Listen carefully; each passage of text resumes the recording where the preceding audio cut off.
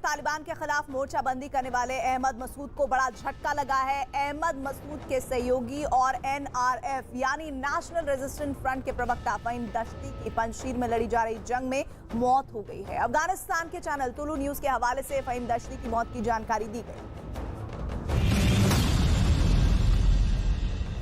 पंजशीर की पहाड़ियों पर तालिबान के खिलाफ लोहा लेते हुए NRF को अब तक का सबसे बड़ा झटका लगा है।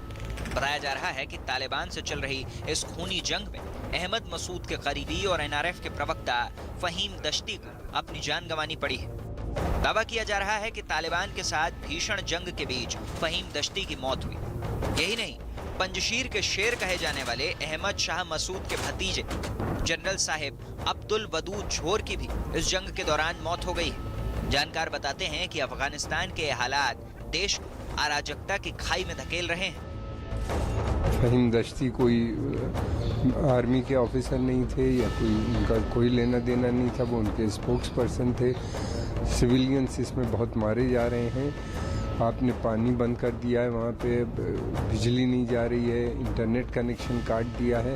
ये सब अंतर्राष्ट्रीय नियमों के विरुद्ध वहाँ पे काम हो रहा है। यही नहीं पता कितने लोग मारे गए हैं, लगता है बहुत लोगों की हत्याएं हुई हैं। और आइए अब आपको दिखाते हैं कि आखिर फहीम दश्ती कौन थे। दरअसल फहीम दश्ती नॉर्दर्न अलायंस के प्रवक्ता थे। वो दुनिया के सामने NRF का पक्ष रखते थे।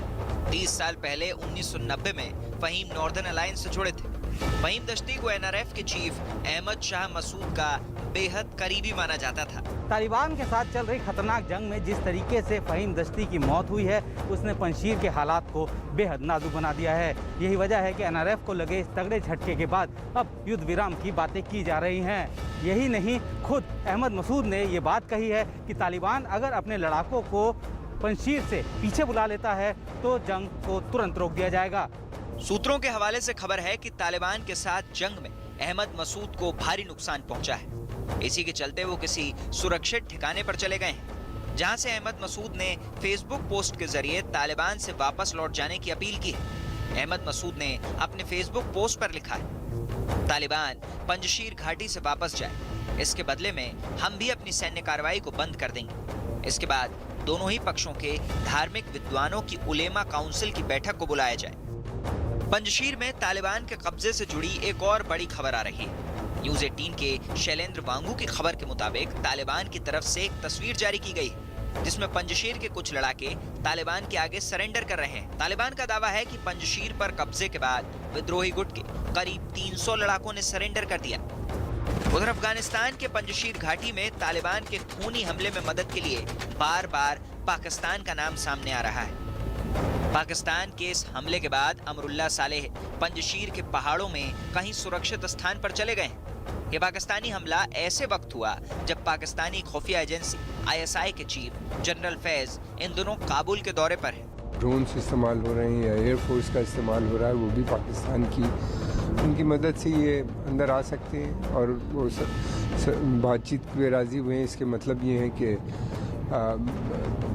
सिविलियंस कैजुअल्टीज़ जो हैं, हत्याएँ ज़्यादा हो रही हैं। तो ये पाकिस्तान की जीत है। पाकिस्तान की मदद से तालिबान ने अफ़गानिस्तान पे पूरे कब्ज़ा किया।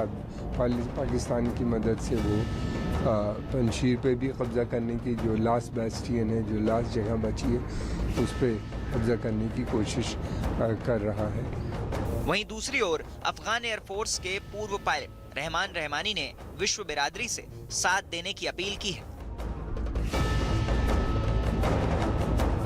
जाहिर है ये वक्त NRF समेत पूरे अफगानिस्तान के लिए चुनौतियों से भरा है। देखना है कि जंग की आग कब ठंडी पड़ेगी। तालिबानी बर्बरता की खबरें थमने का नाम नहीं ले रही हैं। इस बार दिल दहला देने वाली खबर आई है अफगानिस्तान के घोर प्रांत से, जहां तालिबानी लड़ाकों ने 8 महीने की गर्भवती महिला की बेरहमी से हत्या कर दी। बताया जा रहा है कि जिस महिला की तालिबानियों ने हत्या की वो एक पुलिस अधिकारी थी। अफगानिस्तान पर तालिबान के कब्जे के बाद से रोजाना तालिबानी लड़ाकों की क्रूरता की खबरें सामने आ रही हैं। अफगानिस्तान के घौर प्रोविंस से भी एक ऐसी ही रोंगटे खड़े कर देने वाली खबर सामने आई है। बताया जा रहा है कि रविवार रात तालिबानी लड़ाकों ने यहां उस महिला पुलिस अधिकारी को मौत के घाट उतार दिया जो 8 महीने की गर्भवती थी। तालिबानी लड़ाकों की हैवानियत ऐसे ही समझी जा सकती है कि फिरोजकोह शहर में एक महिला को उसके पति और बच्चों के सामने ही गोली मार दी गई। तालिबानी लड़ाकों ने जिस महिला की हत्या की उसका नाम निगार बताया जा रहा है। बताया जा रहा है कि रात के करीब 10 बजे बंदूकों से लैस कुछ लोग जबरन घर में घुसे और उन्होंने 8 महीने की गर्भवती महिला पुलिस अधिकारी पर गोलियां बरसानी शुरू कर दी, जिससे निगार की मौके पर ही मौत हो गई। निगार के बेटे मोहम्मद हनीफ ने इस भयावह वारदात को अपनी आंखों के सामने देखा है। मोहम्मद हनीफ के मुताबिक बंदूकधारियों ने बीती रात मेरी मां की बेरहमी से हत्या कर दी। मेरी मां ने घौर राज्य की जेल में 15 साल तक सेवा की। वो रो रही थी। उनके पेट में 8 महीने का बच्चा था। फिलहाल अभी तक तालिबान ने इस मामले में कुछ भी नहीं कहा है। अफगानिस्तान के अलग अलग राज्यों से तालिबानी लड़ाकों और उनकी बेरहमी से जो लगातार खबरें सामने आ रही है वो इस बात को साफ कर रही हैं, तस्दीक कर रही हैं कि उदारता का मुखौटा लगाकर असल में तालिबान अफगानिस्तान में खूनी खेल की तैयारी और तेजी से कर रहा है। अफगानिस्तान के लोग डरे हुए हैं, खास तौर से महिलाएं, क्योंकि महिलाओं के लिए तालिबान की सोच दकियानूसी साबित हो रही है। तभी तो तालिबान ने महिलाओं के लिए फरमान जारी किया है। तालिबान के फरमान का असर यूनिवर्सिटी में दिखने लगा है, जहां छात्र और छात्राओं के बीच पर्दे की दीवार नजर आ रही है। सिर से लेकर पांव तक ढकी ये तालिबान के कब्जे वाले अफगानिस्तान की सबसे ताजा हकीकत है। यहाँ किसी भी महिला का बेहिजाब निकलना गुनाहे अजीम है, संगीनों का पहरा है और अफगानिस्तान में हर जगह तालिबान का परचम फहरा रहा है। पंजशीर के हिस्सों में संघर्ष की खबरों को अगर छोड़ दें तो समूचे अफगानिस्तान में इस वक्त तालिबान का ही सिक्का चल रहा है। तालिबान के कब्जे के बाद काबुल एक ऐसा शहर जैसा दिखता है जहां जिंदगी आकर ठहर सी गई है। पुराने दस्तूर और दकियानूसी फरमान सिर उठाए सरेआम घूम रहे हैं, लेकिन इसी बीच अफगानिस्तान की आधी आबादी ने अपने हक की आवाज उठाना शुरू कर दी।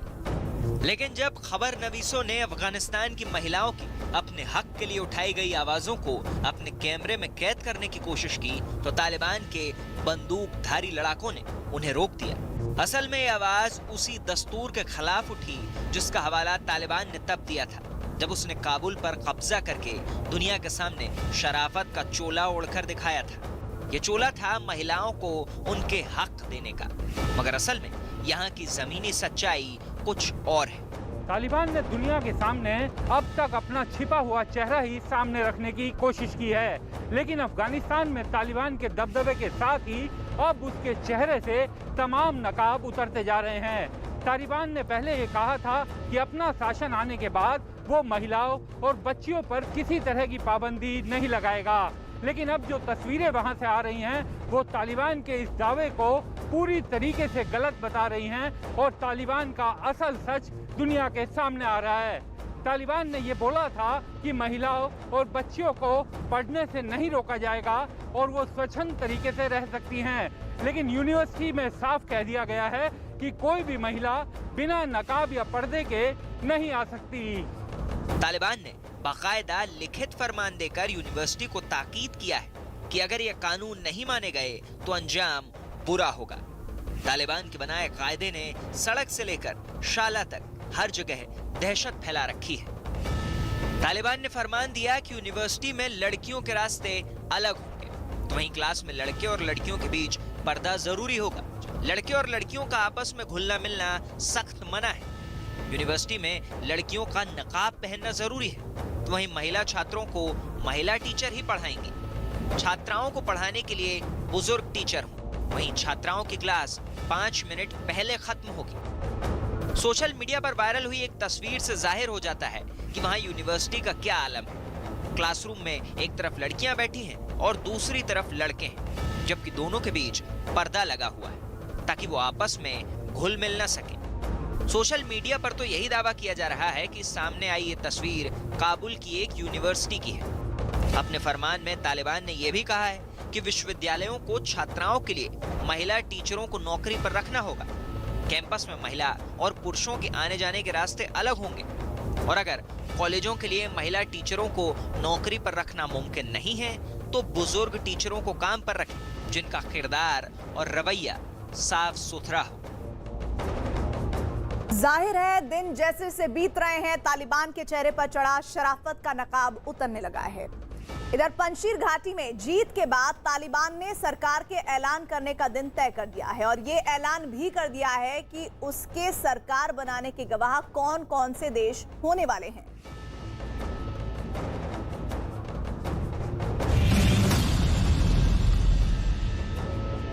अफगानिस्तान पर पूरी तरह कब्जा करने के दावे के बाद तालिबान वहां अपनी सरकार बनाने की तैयारी में जुट गया है। उसने 6 देशों को अपनी नई सरकार की ताजपोशी में शामिल होने के लिए न्योता भी भेज दिया है। तुर्की, चीन, रूस, ईरान, पाकिस्तान और कतर ये वो देश हैं जिन्हें तालिबान अपनी जीत का गवाह बनाना चाहता है। ये वो देश हैं जिन्हें तालिबान अपना दोस्त समझता है।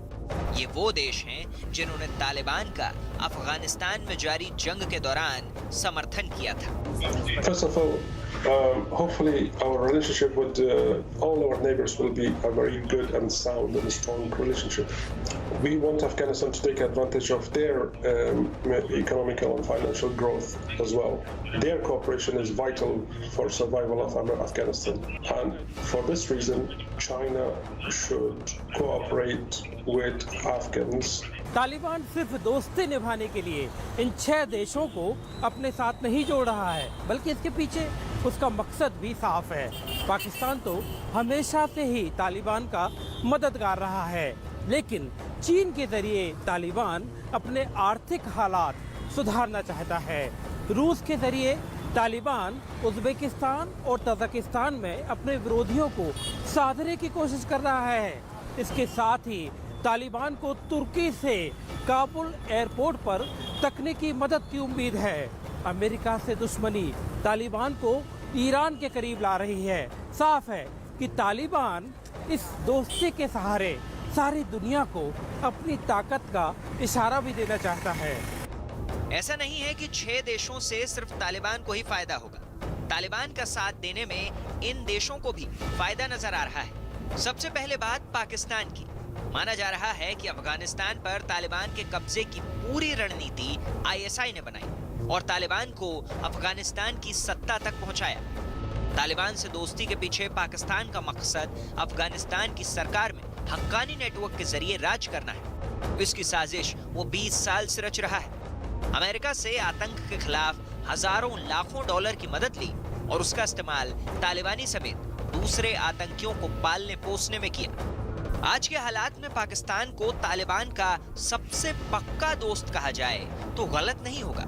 तालिबान को अब पाकिस्तान के जिगरी दोस्त चीन की दोस्ती भी खूब रास आ रही है, इसलिए उसने चीन को भी न्योता भेजा है। तालिबान चीन को बैंक बैलेंस समझ रहा है। तालिबान के प्रवक्ता जबीउल्लाह मुजाहिद चीन को अपने देश में विकास कार्य करने के लिए बुलावा दे चुके हैं। उधर माना जा रहा है कि चीन की नजर बगराम एयरबेस पर है। यही नहीं, चीन अफगानिस्तान की $1 ट्रिलियन वाली प्राकृतिक संपदा से फायदा उठाने की कोशिश में है। तालिबान ने तुर्की को भी अपने न्योते के जरिए साधने की कोशिश की है, क्योंकि तुर्की से उसका काबुल एयरपोर्ट को लेकर विवाद चल रहा है। तालिबान को उम्मीद है कि वो तुर्की से तकनीकी मदद लेकर देश में अपनी सत्ता को मजबूत कर सकेगा, जबकि तुर्की अफगानिस्तान में अपनी पकड़ मजबूत करके मुस्लिम देशों में अपना प्रभाव बढ़ाना चाहता है। रूस को न्योता देकर तालिबान जहां ताजिकिस्तान और उज़्बेकिस्तान में अपने विरोधियों को साध रहा है, तो वहीं रूस तालिबान से दोस्ती करके अपने यहाँ आतंकी खतरों को टालने की उम्मीद लगा बैठा है। साथ ही उसे लग रहा है कि इस दोस्ती से ताजिकिस्तान और उज़्बेकिस्तान जैसे उसके सहयोगी भी सुरक्षित रहेंगे। और अब बात ईरान की, जो तालिबान के तब करीब आया जब अमेरिका ने अफगानिस्तान से उसे बाहर कर दिया था। ईरान ने गनी सरकार को हटाने में तालिबान की मदद की। बदले में ईरान को उम्मीद है कि तालिबान अफगानिस्तान में शिया मुसलमानों के साथ अच्छा बर्ताव करेगा। उधर कतर भी तालिबान का दोस्त है, वो भी ऐसा जिसने उसके लिए संपर्क सेतु की तरह काम किया। अमेरिका के साथ तालिबान की पूरी बातचीत कतर में हुई। यहीं पर दोहा शांति समझौता हुआ और अमेरिका के 20 साल बाद अफगानिस्तान से हटने का ऐलान हुआ। यही नहीं, कतर तालिबान को मानवीय और तकनीकी मदद भी मुहैया करवा रहा है। तालिबान के प्रवक्ता जबीउल्लाह मुजाहिद ने साफ साफ कहा है कि वो दुनिया के साथ अच्छे संबंध रखना चाहता है, जिसकी शुरुआत उसने अपने मित्र देशों से की है। आशंका ये भी जताई जा रही है कि तालिबान अमेरिका विरोधी देशों को अपने साथ लाकर ताकत बढ़ाने की कोशिश में जुटा है। और इसी के साथ ही देश और दुनिया के खबरों का सुपर प्राइम टाइम बुलेटिन अब देखिए 100 बात की एक बात किशोर अडवाणी के साथ।